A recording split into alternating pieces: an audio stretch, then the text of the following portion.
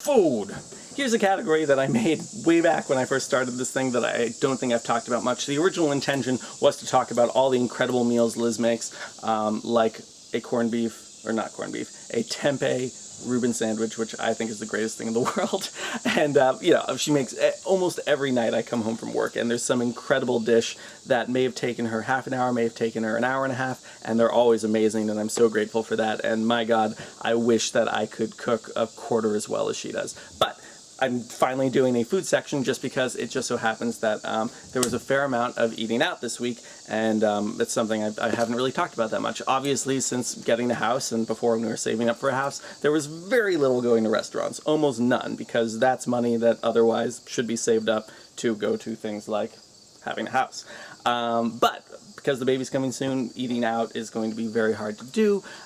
We have had a few little dates out, which has been really wonderful. Let's just go in order of this week, unrelated to Liz. After the Spider-Gwen stuff, that filming on Monday, I went out to lunch with Julianne and Ariel Shear, two people who were in Syracuse. Had a great time catching up with them. We went to Potbelly, a sandwich shop in Union Square, and there are a lot of meat options, and I'm finding more and more that when I'm ordering sandwiches that I don't need meat. I just need good ingredients. So I ordered their Mediterranean sandwich. It was a very nice size for $7.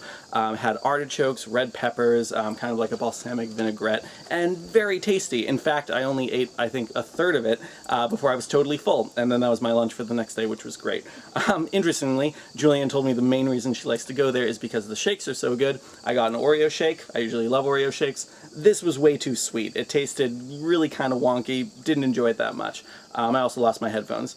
Next food thing, Liz and I, to celebrate the house, which I'll talk about more in the house section. It's been a year since we got it. We went to Birdsall House in Peekskill, which interestingly enough was our first introduction to the town of Peekskill. Back when we were looking at houses, you know, there were a few in the Peekskill area, and so we're like, well, let's get to know this town. And we're kind of driving through the town being like, it's kind of a crummy town. I don't know how I feel about this. And then we're like, well, let's stop and grab a bite. And we had this wonderful time at Birdsall House. I think we got like a beet and quinoa burger. We shared a few things. This was when Liz was still vegetarian, and it was really wonderful. We had a great experience there, and I think we actually intended to go back there for our anniversary on April 21st. Or our wedding anniversary, June 2nd, I can't remember. But either way, we didn't get a chance to go then, so this was a great opportunity to be like, you know, a year since we got our house, let's do it now. And it was wonderful. We had a couple really wonderful dishes. What did we eat? What did we have there? What did we have there? Liz had a tamale pie, which was fantastic. I had a bite of it. It reminded me of some of the better Mexican restaurants I've been to. I also had a beef brisket burger, which was fantastic. Really good fries, some goat cheese on it, really nice. And then for a beer, I had a cream ale, which went perfectly with the beer, recommended by Liz. I always trust her to make my alcoholic choices, even when she herself is not drinking. So that was really wonderful. Birdsall House, if you're ever in Peekskill, definitely check it out. And then yesterday, before all the crazy baby stuff started to happen, we decided, hey, let's go out for breakfast. That's something we've almost never done, and Cold Spring, of course, has some wonderful little places. So we went to the Hillside Cafe? Hillside Cafe, yes.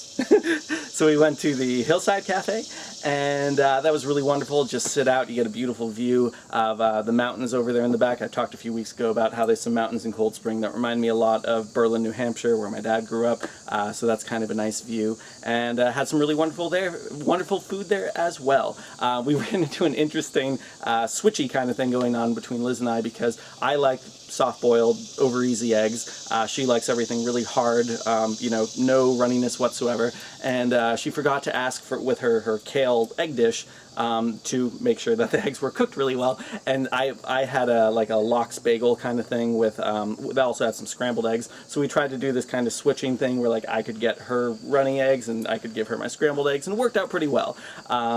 Interestingly enough, whenever I order smoked salmon, which is really only at restaurants because usually it's pretty expensive to buy on its own, I can never finish it. No matter how hungry I am, I can never eat all of it. And so, as usual, this is pretty common for me with restaurants anyway, I got a little to-go box and had the rest of it later.